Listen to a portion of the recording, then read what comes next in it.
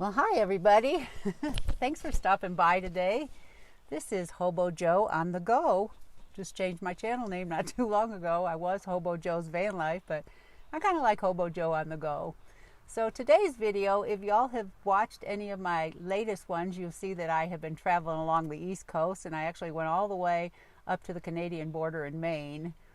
A lot of people say you can't really travel much along the East Coast. You know, there's not the BLM land and all the area out that you have out west to camp in, but I'm here to tell you that you can absolutely do it. Now, if you have one of the huge rigs, you probably can't.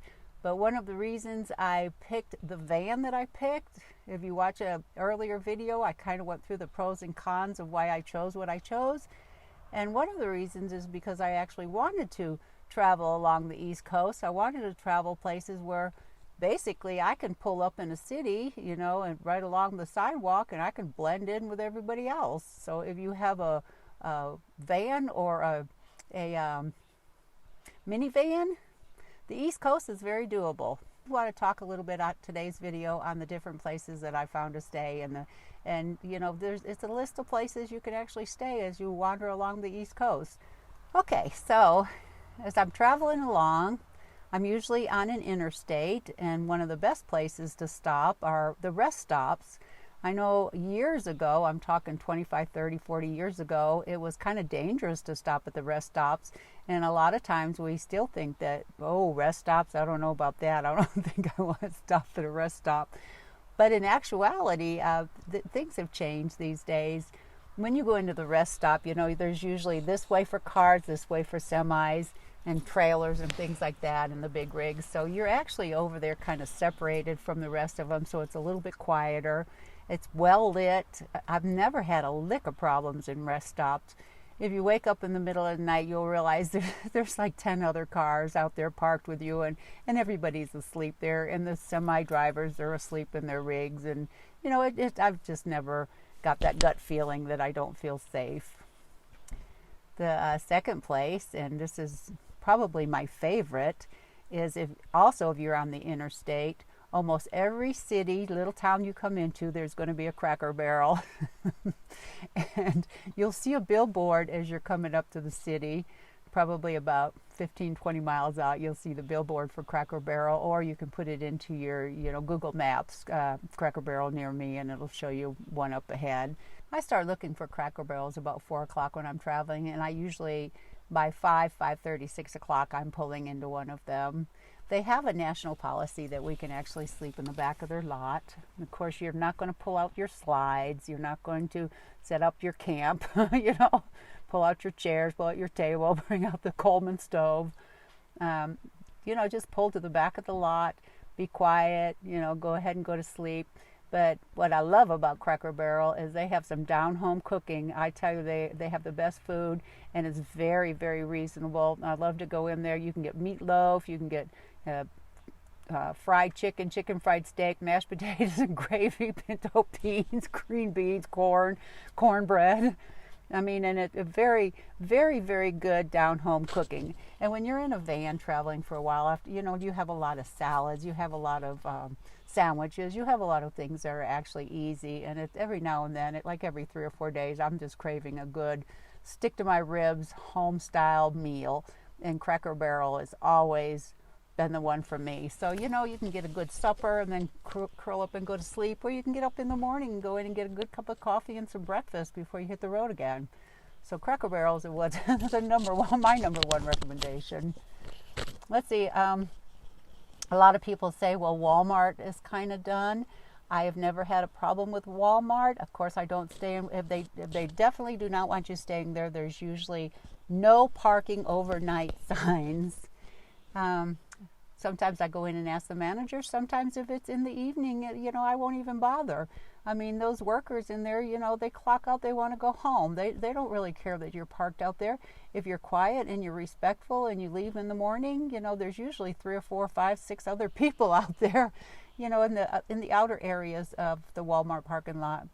If you do have trouble, another place I have found is usually by Walmart there will be a Home Depot or a Lowe's, and they actually don't mind you staying there either. So that's a good suggestion.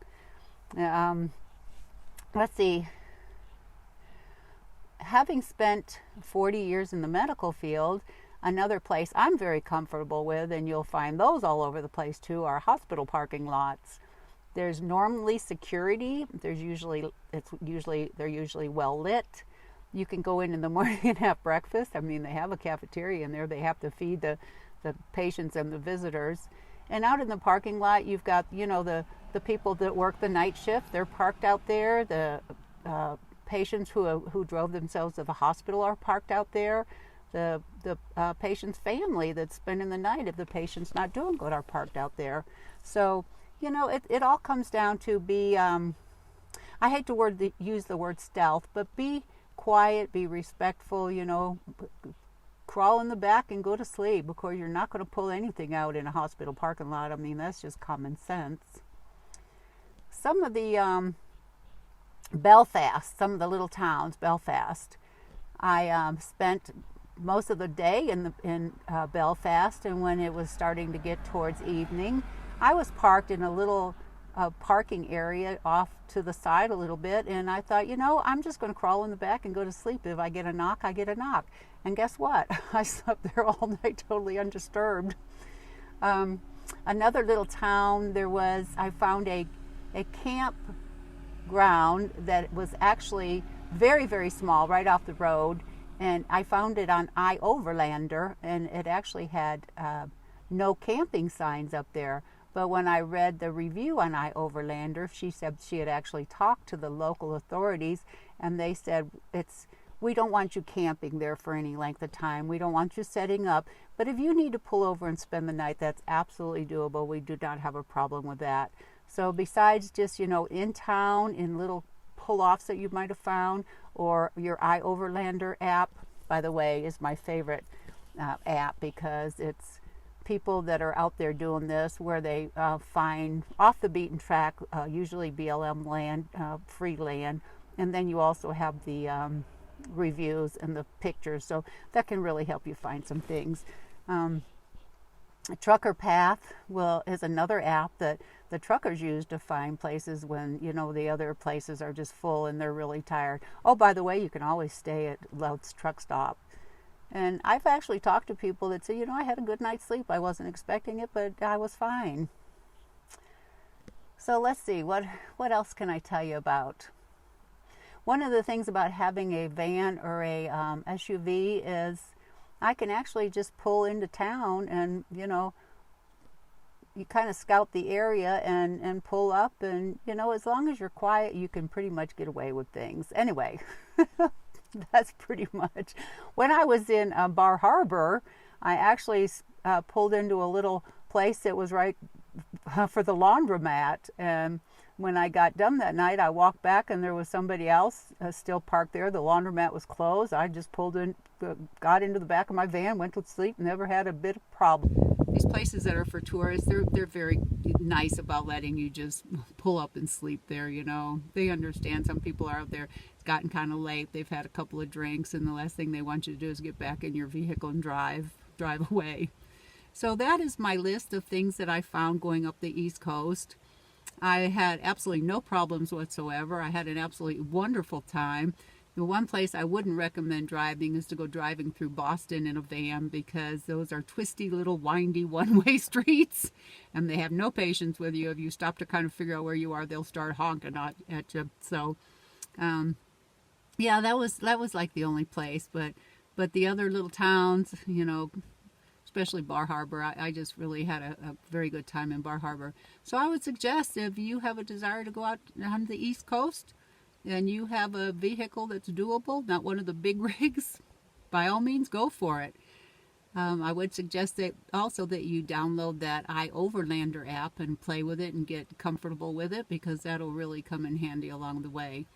One more suggestion, if you want to pay for your campground, if you get one of the national passes, I have the senior pass. It's an America the Beautiful pass, and any federal campgrounds, anything that's in a national forest is going to be a federal campground. You're going to get half off. They're $20 for a year. They pay for themselves. within the first campsite you're at. So that's kind of a no-brainer to go ahead and get one of those things. And then you can usually find really good campgrounds under recreation.gov that you can use those passes for. I'm at a campground right now that's absolutely gorgeous, probably one of the prettiest sites I've ever been in, and it's $10 a night with my senior pass. So that's another suggestion before you hit the road. Go ahead and get you that senior pass.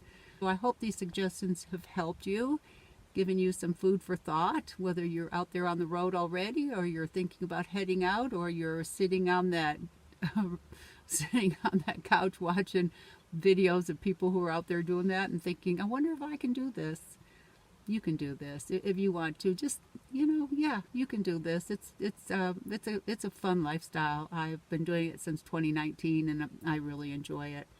So thanks folks for watching my video, and come back and see me for the next one. Okay, bye guys.